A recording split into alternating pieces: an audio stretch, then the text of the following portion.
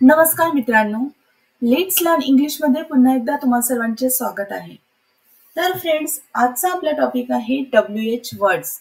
तर WH या शब्दांचा अर्थ काय होतो किंवा या शब्दांचे यूज करून आपण प्रश्न कसे विचारू शकतो हे सर्व आपण आज या व्हिडिओमध्ये पाहणार आहोत.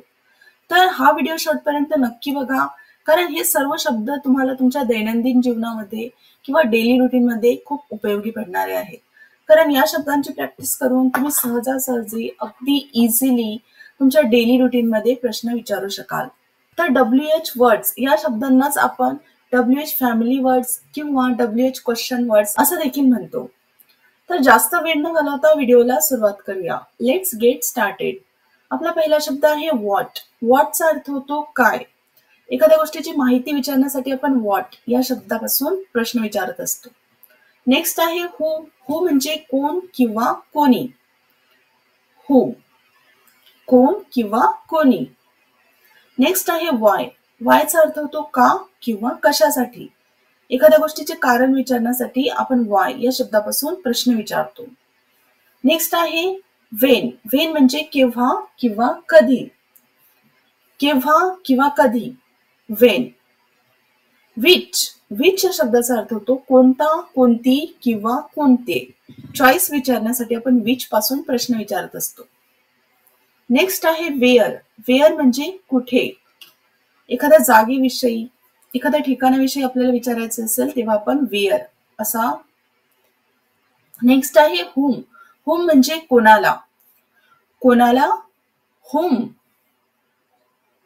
नेक्स्ट आहे हुज. हुज म्हणजे कोणाचा किंवा कोणाचे. कोणाचा किंवा कोणाचे म्हणजे हुज. नेक्स्ट आहे हाऊ. हाऊ म्हणजे कसा, कसे किंवा कशी. याचा अर्थ होतो हाऊ. आपल्याला जर म्हणायचे असेल कशासाठी तेव्हा आपण इंग्लिशमध्ये म्हणणार फॉर व्हॉट. कशासाठी, फॉर व्हॉट. आपल्याला म्हणायचे असेल किती वाजता तेव्हा आपण इंग्लिशमध्ये म्हणणार ॲट व्हॉट टाइम. किती वाजता, at what time. What else म्हणजे आणखी काय. आपल्याला जर म्हणायचे असेल आणखी काय तेव्हा आपण म्हणणार व्हॉट एल्स. व्हॉट देन म्हणजे तर काय. आपण म्हणत असतो ना तर काय, तेव्हा आपण सिम्पली इंग्लिशमध्ये म्हणणार व्हॉट देन. व्हॉट एव्हर जे काही. आपल्याला म्हणायचे असेल जे काही तेव्हा आपण म्हणणार व्हॉट एव्हर.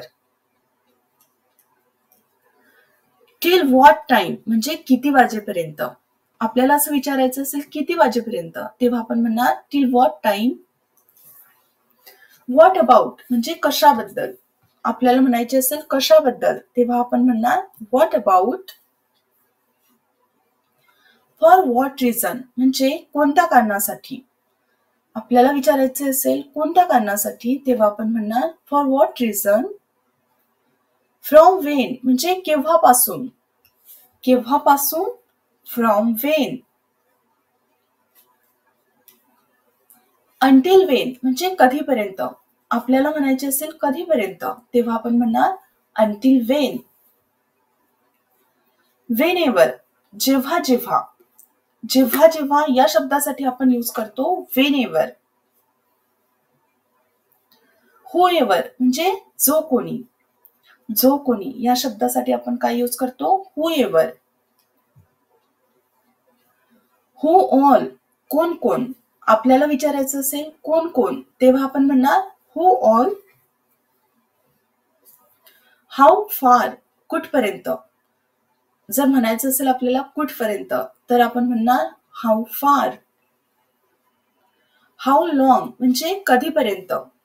हाऊ लॉंग कधीपर्यंत, हाऊ लॉंग. हाऊ ऑफन म्हणजे किती वेळा. आपल्याला विचारायचं असेल किती वेळा तेव्हा आपण म्हणणार हाऊ ऑफन. हाऊ सून म्हणजे किती लवकर. किती लवकर याचा अर्थ होतो हाऊ सून. हाऊ मच म्हणजे किती. पण हाऊ मचचा यूज आपण तेव्हा करणार जेव्हा वस्तू अनकाउंटेबल असतील म्हणजे न मोजता येणाऱ्या असतील. एक्झाम्पल वॉटर, शुगर, अँगर इत्यादी. ह्या गोष्टी मोजता येत नाहीत तेव्हा आपण हाऊ मच असा यूज करतो. नेक्स्ट आहे हाऊ मेनी. म्हणजे किती. हाऊ मेनी याचा अर्थ होतो किती, पण या कितीचा अर्थ वेगळा आहे, कारण हाऊ मेनीचा यूज आपण तेव्हा करणार जेव्हा वस्तू काउंटेबल असतील, म्हणजे मोजता येणाऱ्या असतील. For example money, copies, pens. Next आहे हाऊ मेनी टाइम्स, म्हणजे किती वेळा. आपल्याला विचारायचं असेल किती वेळा, तेव्हा आपण म्हणणार how many times. From where म्हणजे कुठून. आपल्याला विचारायचं असेल कुठून, तेव्हा आपण म्हणणार फ्रॉम वेअर. नेक्स्ट आहे वेअर ऑल, म्हणजे कुठे कुठे. आपल्याला विचारायचं असेल कुठे कुठे, तेव्हा आपण म्हणणार वेअर ऑल.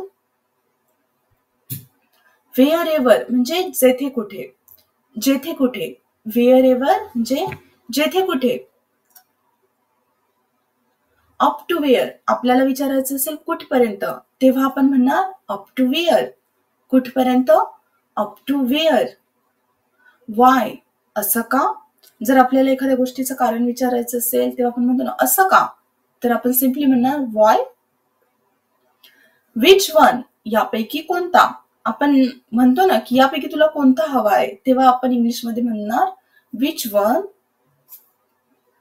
विथ होम म्हणजे कोणासोबत. आपल्याला विचारायचं असेल कोणासोबत, तू कोणासोबत आहेस. बाय होम म्हणजे कोणाद्वारे. कोणाद्वारे या शब्दासाठी आपण इंग्लिशमध्ये यूज करतो बाय होम. नेक्स्ट आहे फॉर होम म्हणजे कोणासाठी. आपल्याला म्हणायचे असेल कोणासाठी, हे कोणासाठी आहे, तेव्हा आपण म्हणणार फॉर होम. अबाउट होम म्हणजे कोणाबद्दल. आपल्याला म्हणायचे असेल कोणाबद्दल, तेव्हा आपण काय म्हणणार अबाउट होम. तू कोणाबद्दल बोलत आहेस. विदाउट होम म्हणजे कोणाशिवाय. कोणाशिवाय या शब्दासाठी आपण काय यूज करणार विदाउट होम. तर फ्रेंड्स, हे होते आपले WH वर्ड्स. आय होप की यांचा अर्थ तुम्हाला कळाला असेल आणि या शब्दांचा यूज कधी करायचा, कुठे करायचा हे देखील तुम्ही समजले असाल. व्हिडिओ आवडला असेल तर व्हिडिओला लाईक, शेअर आणि चॅनलला सबस्क्राईब करा आणि समोर दिलेल्या बेल आयकॉनला प्रेस करा,